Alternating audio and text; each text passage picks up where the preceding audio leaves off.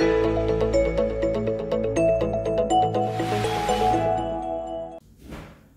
the end of Parashat Tzav, Torah tells us that Aaron and his sons were commanded, "Mi Pesach Oel Moed lo seitzu shivas yomim ad yom elos yemei miluecha," that they had to stay at the Pesach Oel Moed for 7 days. And then a couple of psukim later, Pesach Oel Moed teishvu yomam v'layla shivas yomim. It's not only for 7 days, but for 7 days and 7 nights, they had to camp out at Pesach Oel Moed. And Parashat Tzav ends with the following pasuk: Vayas Aaron ubanav es kol advarim asher tziva Hashem biyad Moshe, that they followed and listened to everything that Moshe Rabbeinu had told them. And the last Rashi in the parasha is a little bit strange. It says Vayas Aaron ubanav lahagid shivchan shalohitu yaminu small, that they didn't deviate neither right nor left.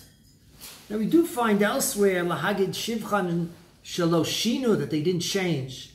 But why this strange language that they didn't deviate neither right nor left? Harav Schwab Zatzal points out that the fact that the Torah tells us that they camped out at Pesach Oel Moed Yom V'Layla for 7 days during the Shivas Yemei Miluim is actually a little bit strange, because according to the Sifrei in Chumash Bamidbar and Parshas Naso, that during the Shivas Yemei HaMiluim, Moshe Rabbeinu erected and dismantled the Mishkan every day. And the next morning he rebuilt the Mishkan, which means that the Mishkan wasn't in existence at night. It had been dismantled. And the next day it was rebuilt. So how is it possible that the Torah tells us that Aaron Ubanav camped out Pesach Oel Moed Yom V'Layla? There wasn't a Mishkan during the night. Says Rav Schwab, it must be that Aaron Ubanav camped out in the exact same location that they were during the day, when they were there during the day that was Pesach Oel Moed, and at night they didn't move from that location. They stayed in the very same location.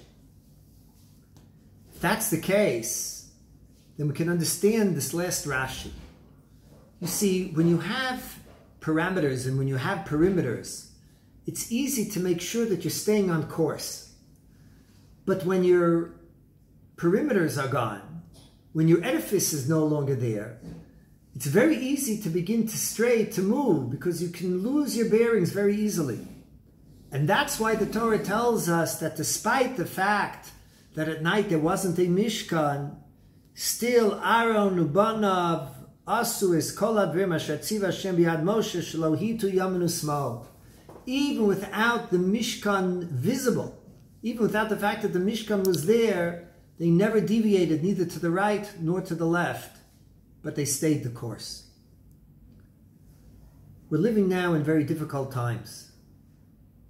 At times it seems that our Mishkan has been dismantled.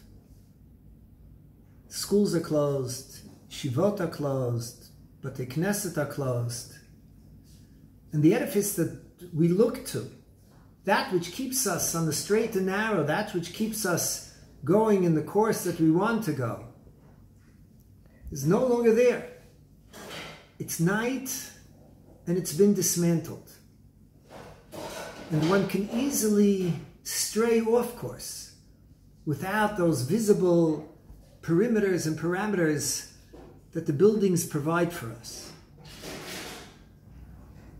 But we have to realize that we have the ability to follow in the footsteps of Aaron Ubanav. Baruch Hashem, we've been zocher to have been Talmidim of tremendous beacons of light. And Chazal tell us that in addition to our own personal Rebbeim, Hevu mi Talmidav shel Aaron, Tarte mashma. We have to be Talmidim of Aaron.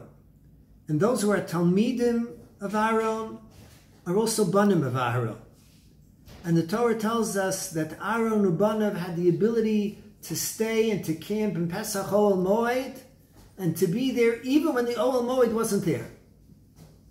They never lost sight of their direction, of the course that they should be headed towards.